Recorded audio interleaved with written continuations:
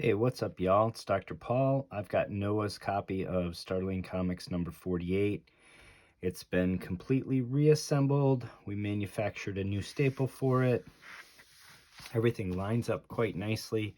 It has been in my humidity chamber at 98% relative humidity for 4 hours. With these Golden Age books, you need to give it time in the humidity chamber for all of the pages to get some water content into them so that they'll move nicely for what we're about to do next, and that is we're going to put the fold back in the book. So here's how I like to do that. I have a backer board that I'm going to cut a little relief for the staple in, and then I'm actually going to cut it again. And you'll see why in a moment. But first, I'm going to mark for this staple. I just have my pencil. You've seen me do this before. I always want a little relief for the staple so that the backer board can get nice and tight into that crease. I use these little curved scissors for this job. They do work nicely to give a nice clean cut without putting too much of a bend in the backer board. Make sure you take these and recycle them, because otherwise they'll end up in your book. You'll press a bulge into your whole book. All right, that's going to work nicely there. And what I'm going to do now is I'm going to cut this. I'm going to cut it so that it's a little bit shy of this edge, probably right around where that black is, okay? So what I'm going to do is I'll just line this book up on the marks on my mat, so I can basically see from this mark to there is where I want to cut it approximately.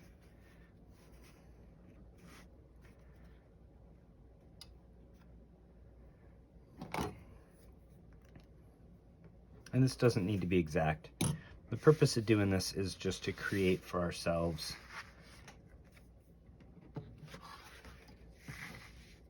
a backer board that will be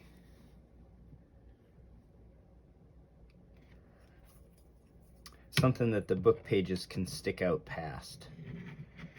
And you'll see why when we're trying to recreate the fold.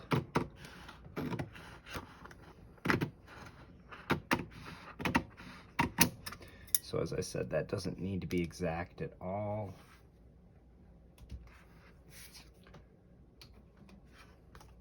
It's just so that we can do this next part and we can bring the edges together nicely. All right. So what we want to see is that these pages are coming together reasonably, and that's pretty good.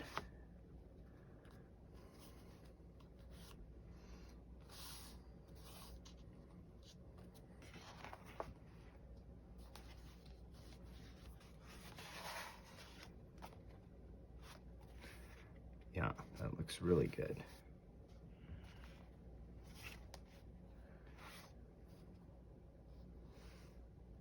I think this is going to have to come down a little more. Yeah, like that. All right, we're going to start using a little bit of heat to do that, though. So we never put I got my tack iron on. It's set at about 2.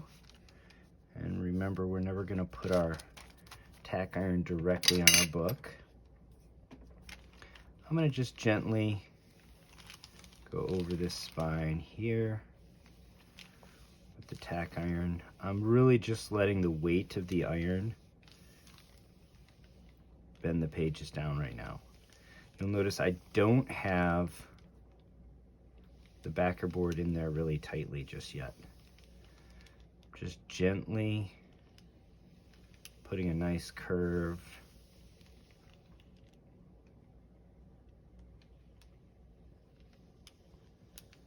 into the spine, starting to create the spine.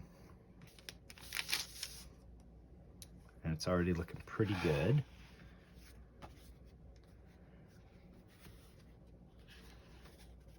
we can refine it.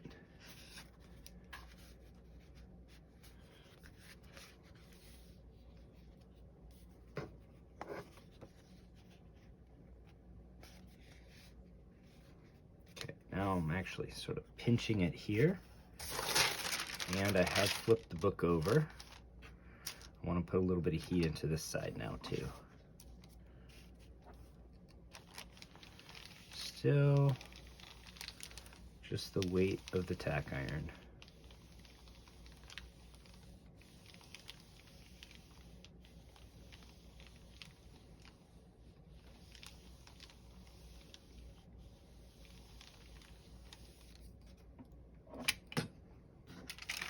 Okay. I'm going to double check it again. That edge looks very nice. That edge looks pretty good. Not quite as nice as the front. Probably about as nice as we're going to get it though.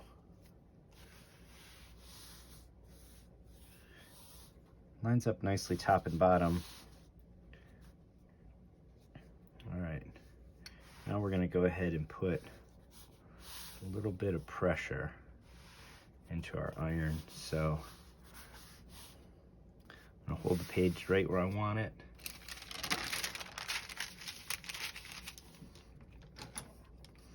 Now we're going to actually put some pressure to create that fold just the way we want it.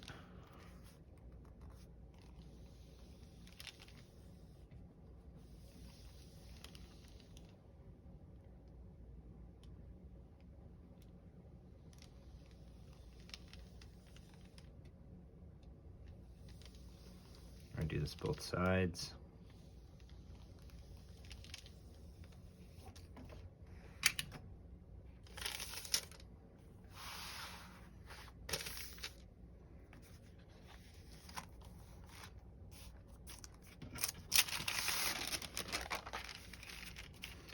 And we are practically there.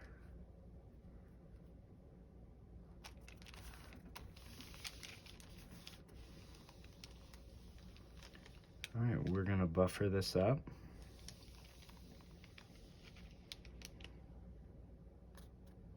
Put it in the press.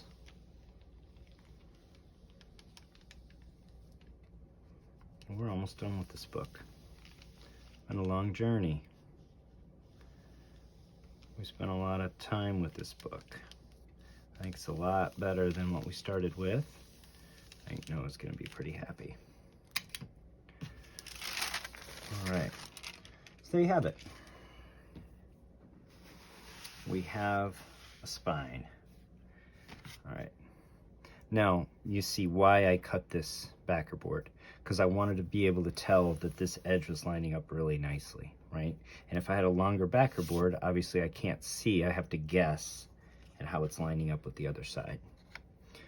All right, so this is basically sacrificial. I suppose all of our backer boards are, huh? Notice how we had the paper just like super flat in the humidity chamber. It started to move again, right? That's normal. Sort of what you have to do in order to get that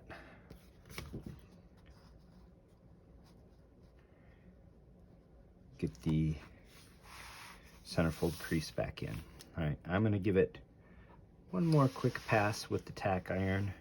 Now this is the centerfold that we are going to use, the centerfold buffer, the magazine backer board that we are going to use for the actual press. Obviously I already cut the staple relief on this one. I did that off camera as I was sort of prepping all my materials, just because you don't need to see me do two of those. It's essentially the same process. A little bit more here, and then we're going to put this in the press. So how am I going to buffer this? This book, and as much as it's been through, I want to buffer it very gently. but I do have those ripples in the cover that need to come out. So this may require more than one press. What I'm going to start with is 65-pound cardstock, and I'm going to go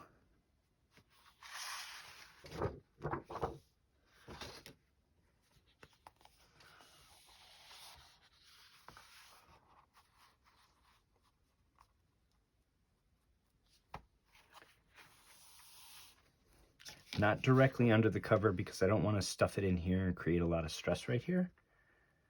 So I'm going to go one page in. This will give us something to push against that's nice and flat for our press to get those little bit of ripples out, but not enough pressure to move our spine too much or to create a lot of stress in here. I'm going to press this. Now these Golden Age books actually can tolerate a lot of heat, but my initial press here is actually just going to be relatively low heat and really low pressure. I don't want to put a lot of pressure into this right now. And then we'll reevaluate.